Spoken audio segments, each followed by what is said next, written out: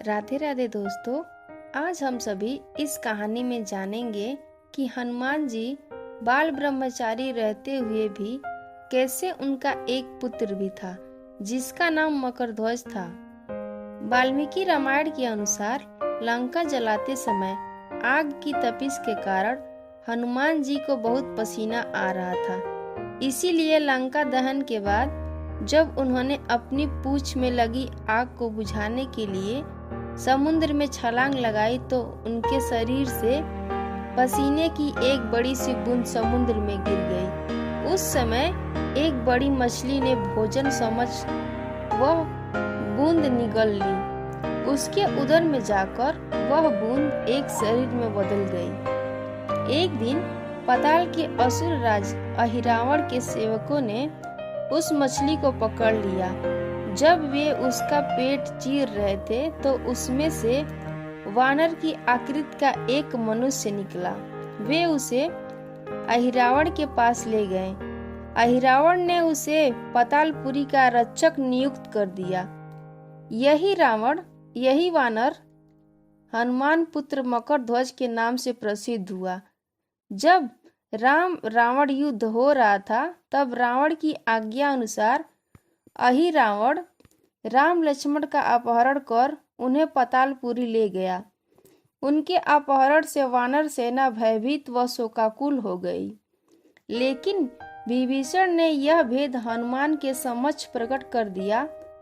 तब राम लक्ष्मण की सहायता के लिए हनुमान जी पातालपुरी पहुंचे। जब उन्होंने पाताल के द्वार पर एक वानर को देखा तो वे आश्चर्यचकित हो गए।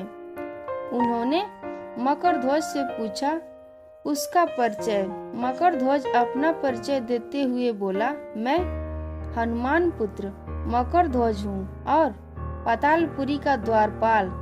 मकरध्वज की बात सुनकर हनुमान क्रोधित होकर बोले, यह तुम क्या कह रहे हो? दुष्ट, मैं बाल ब्रह्मचारी हूँ, फिर भला तुम मेरे पुत्र कैसे हो सकते हो? हनुमान का परिचय पाते ही मकरध्वज उनके चरणों में गिर गया और उन्हें प्रणाम कर अपनी उत्पत्ति की कथा सुनाई। हनुमान जी ने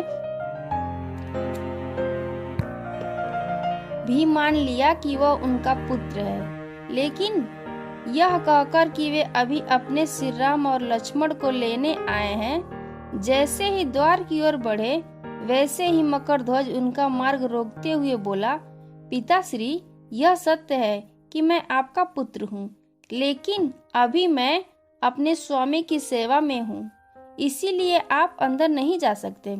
हनुमान जी ने मकरध्वज को अनेक प्रकार से समझाने का प्रयास किया, किंतु वह द्वार से नहीं हटा। तब दोनों में घोर युद्ध शुरू हो गया। देखते ही देखते हनुमान जी उसे अपनी पूंछ में बांधकर पाताल में प्रवेश कर गए। हनुमान सीधे देवी मंदिर में पहुंचे जहां अहिरावण राम लक्ष्मण की बलि देने वाला था। हनुमान जी को देखकर चामुंडा देवी पाताल लोक में प्रस्थान कर गईं। तब हनुमान जी देवी रूप धारण करके वहां स्थापित हो गए। कुछ देर बाद अहिरावण वहां आया और पूजा अर्चना करके जैसे ही उसने राम लक्ष्मण की बलि देने के लिए तलवार उठाई, वैसे ही भयंकर गर्जन करते हुए हनुमान जी प्रकट हो गए और उसी तलवार से अहिरावण का वध कर दिया। उन्होंने राम लक्ष्मण को बंधन मुक्त किया। तब श्री राम ने पूछा, हनुमान, तुम्हारी पूंछ में यह कौन बंधा है कि बिल्कुल तुम्हारे समान ही लग रहा है? इसे खोल दो। हनुमान ने मकरध्वज का परिचय देकर उसे बंधन मुक्त कर दिया। मकरध्वज ने श्री राम के समक्ष सिर झुका लिया। तब श्री राम ने मकरध्वज का राज्याभिषेक कर उसे पाताल का राजा घोषित कर दिया और कहा कि भविष्य में वह अपने पिता के समान दूसरों की सेवा करे। यह सुनकर मकरध्वज ने तीनों को प्रणाम किया। तीनों उसे आशीर्वाद देकर वहां से प्रस्थान कर गए।